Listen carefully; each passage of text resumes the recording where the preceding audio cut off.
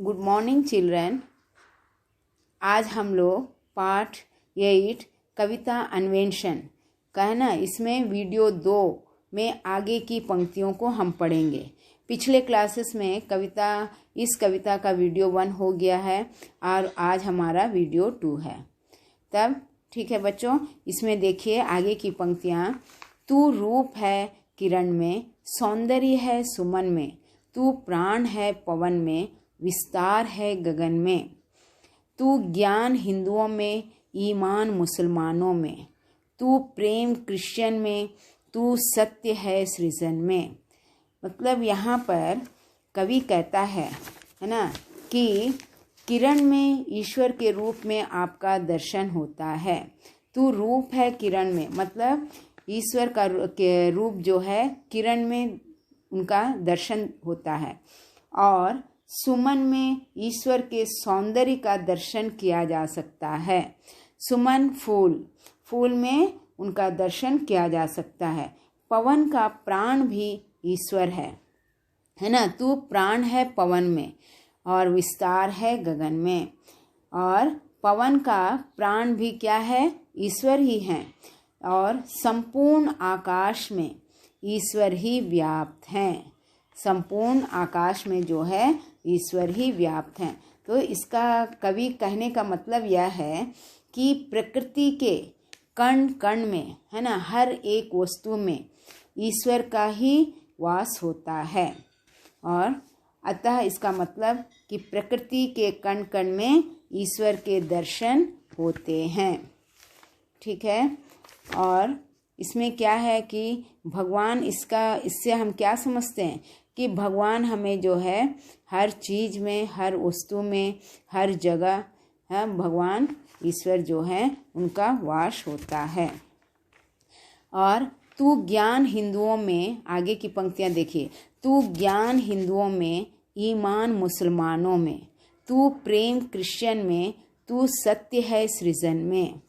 है ना, मतलब क्या है कि हे भगवान, है ना, हे प्रभु, तुम क्या हो? हिंदुओं में ज्ञान हो, और मुसलमानों में ईमान हो, और ईसाइयों में प्रेम हो। तुम इस सृष्टि का, मतलब भगवान से कहता है कवि, तुम इस सृष्टि का शाश्वत सत्य हो। हे दीन बंधु, है ना, आप मुझ पर कृपा कीजिए।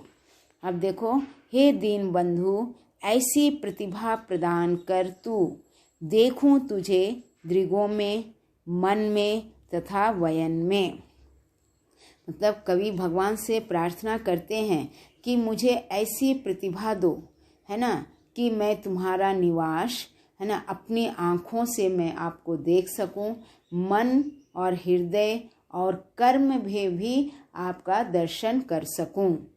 मैं तुम्हें सुख दुख प्रत्येक परिस्थिति में मैं आपका स्मरण करता रहूं। मुझ में इतनी प्रतिभा दीजिए कि मैं सुख में दुख में हर परिस्थितियों में आपका ही नाम गाता रहूं, आपका ही स्मरण करता रहूं।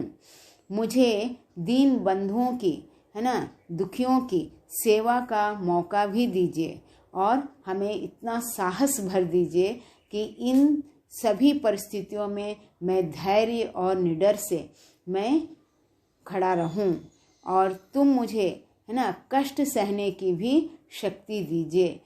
हे परमात्मा, हे ईश्वर, आप जो है हम में ऐसी शक्ति दीजिए जो मैं हर परिस्थितियों में, है ना, हर मुश्किलों का मैं धैर्य से उसका क्या करूं? सामना कर सकूं, है ना, हिम्मत से, धैर्य से मैं हर परिस्थितियों में मैं सभी का सामना कर सकूं।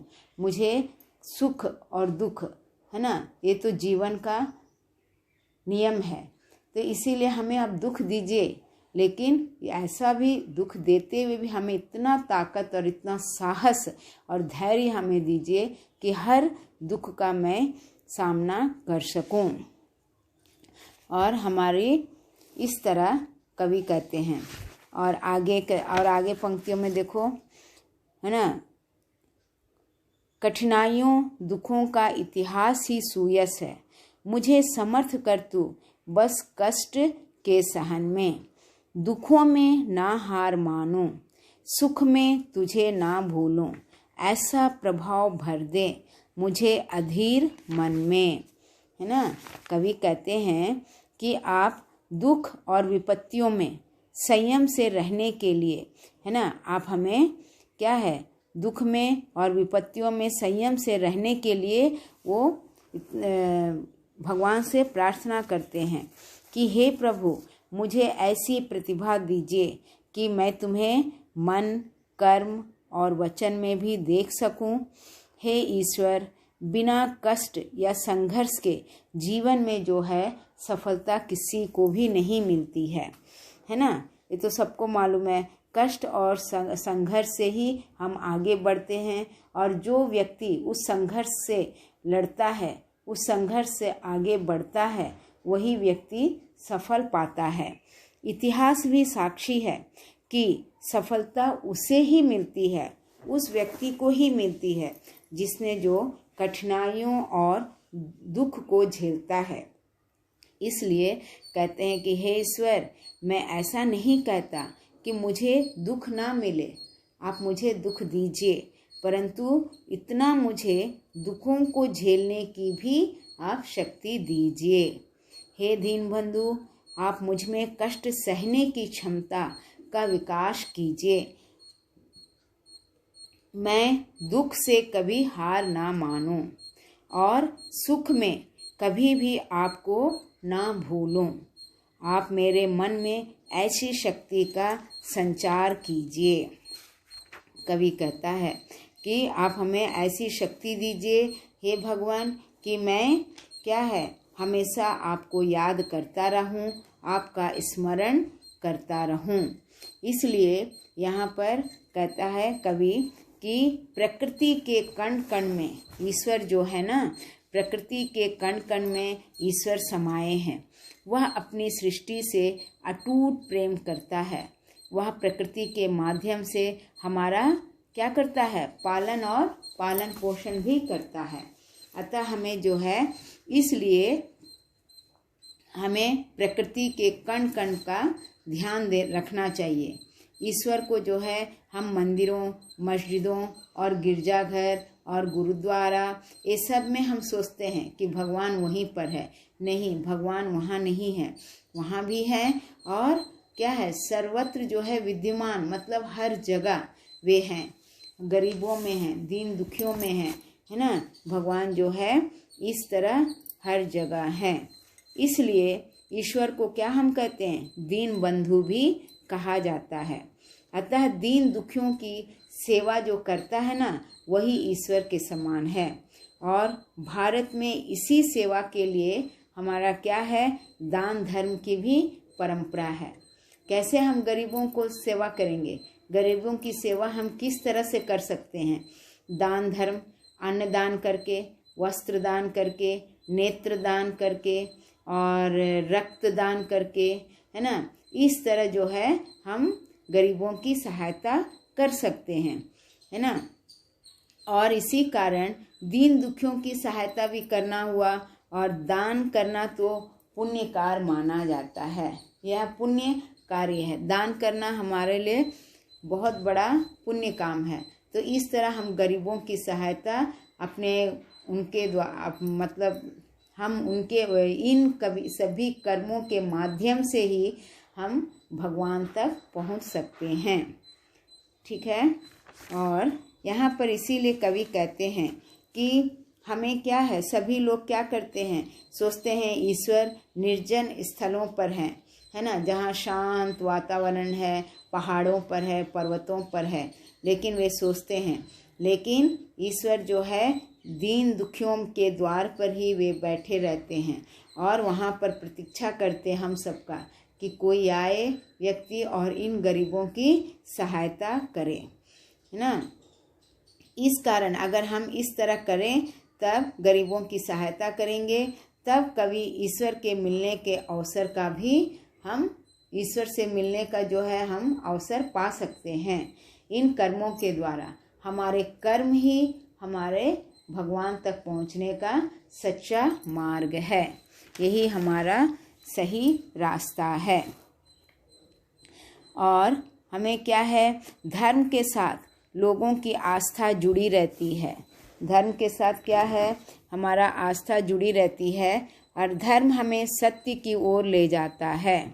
क्या करता है, धर्म जो है हमें सत्य की ओर ले जाता है। किसी धर्म के विरोध में हमें कुछ कहने से उसमें नफरत की भावना आती है, इसीलिए नहीं कहना चाहिए। क्योंकि हर धर्म है ना, हर धर्म, हर जाति और ये सब जो है भगवान ने ही बनाया है, इसीलिए हमें किसी धर्म के विरोध में बात नहीं करना चाहिए। इसी कारण है ना, किसी धर्म के विरोध में कोई लोग कहते हैं, लेकिन वैसा कहना नहीं चाहिए। ठीक है। और आप जो है इसमें ये भगवान का जो है इस कथा में, मतलब कवि क्या कहते हैं, कवि का कहने का मतलब अब समझ में आया आप लोगों को कि कवि ईश्वर से ऐसी प्रार्थना करते हैं, है ना। यहाँ पर ईश्वर की भक्ति जो है सच्चे हृदय से करना चाहिए। ईश्वर की भक्ति हमें सच्चे हृदय से करना चाहिए। ईश्वर बाग बगीचों और जंगलों में नहीं रहते हैं, वह धर्म स्थलों में भी नहीं रहते हैं, वह दुखियों के साथ, गरीबों के साथ ही वे रहते हैं। हमारे आसपास अनेक रूपों में रहते हैं, लेकिन हम उन्हें पहचान भी नहीं पाते हैं, समझ भी नहीं सकते हैं। वह संगीत या भजन में हम सोचते हैं संगीत मतलब भगवान का भजन कीर्तन करने से भगवान है, नहीं, वे तो दुखियों के साथ रहते हैं। इसलिए हमें क्या करना चाहिए, मान धन ये सब ईश्वर को वो आकर्षित करने के लिए हम करते हैं, लेकिन सब व्यर्थ है ना। वो तो दुखियों के आंसुओं में ही वे मिलते हैं। तो यहाँ ईश्वर जो है सत्कर्म करने से हमें प्राप्त होते हैं। ठीक है, ना केवल कीर्तन से, भजन से, पूजा से और संगीत से, गीत से वो भगवान हमें नहीं मिलते हैं। वो ईश्वर भक्ति में दिखावा वैसा नहीं करना भी चाहिए।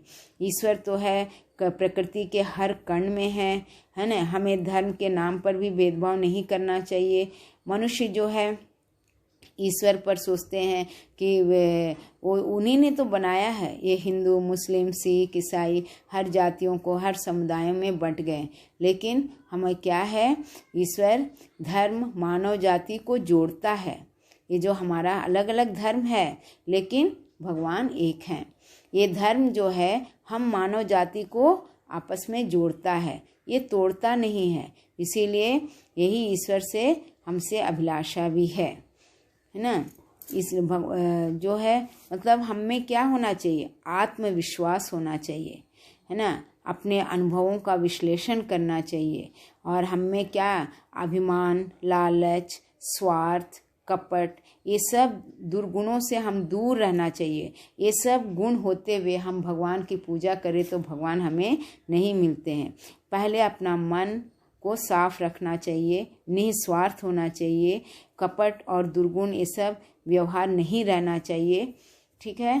और हम सच्चे कर्म, अपना अच्छे कर्म करें, सत्य के राह पर चलें, तब हमें भगवान मिल सकते हैं, है ना।